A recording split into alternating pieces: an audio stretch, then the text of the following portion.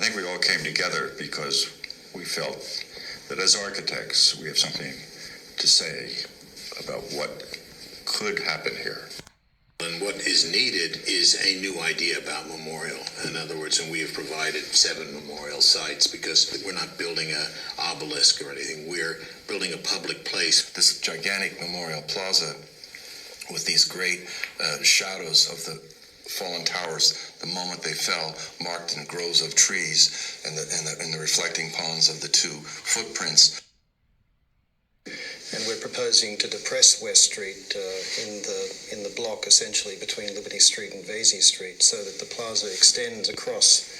And an interesting idea there is that the shadows of the fallen towers continue across West Street, both at the surface level and underneath. Our extended plan is nothing but granite paving. It's very special rough granite paving that demarcates this extended plan zone, but it's all street. It's all on the street level. The idea of the Memorial Square bridging over West Street and engaging Battery Park City as a pedestrian access for the first time, where you don't have to negotiate crossing 6 lanes of traffic, automatically begins to talk about the integration of existing housing. And there are many future sites, south and north of Memorial Square, that are going to be housing sites. I think it's irrefutable that it's going to be intense, it's going to be dense, and it's going to be active. We've left 3/4 of the site as open space for all kinds of activities to take place, activities we can't even dream of at this moment, because who knows what's going to be needed 50 years from now. It's not a square or a park, but it's a combination of that plus a memorial, plus the idea that this becomes a community space that's active. It's an arrival space from the train station. It's a vestibule to New York City.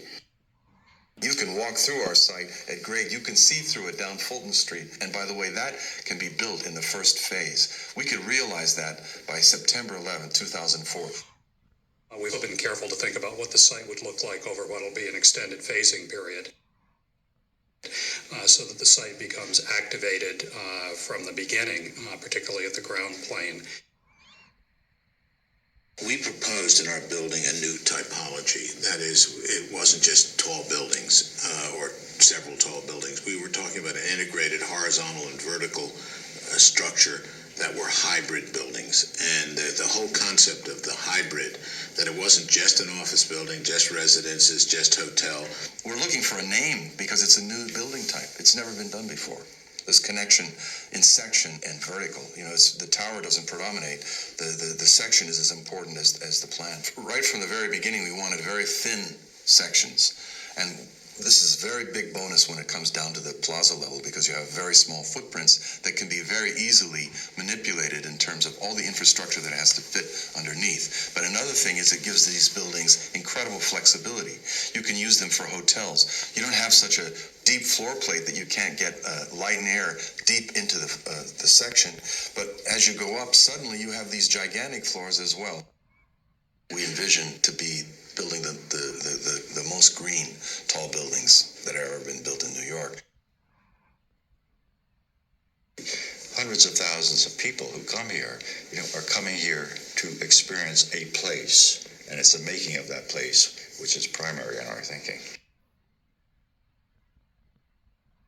We have not built in the late 20th century a great space in New York City. Nor really do we have any great buildings. And the culture of the world is looking upon this competition. I've never seen so much focus from internationally. New York has a responsibility, and architecture has always carried that responsibility. It's not just bureaucrats, developers, planners, and politicians that should make decisions. People should make a sense, an idea that this is a cultural necessity to project these projects into the future.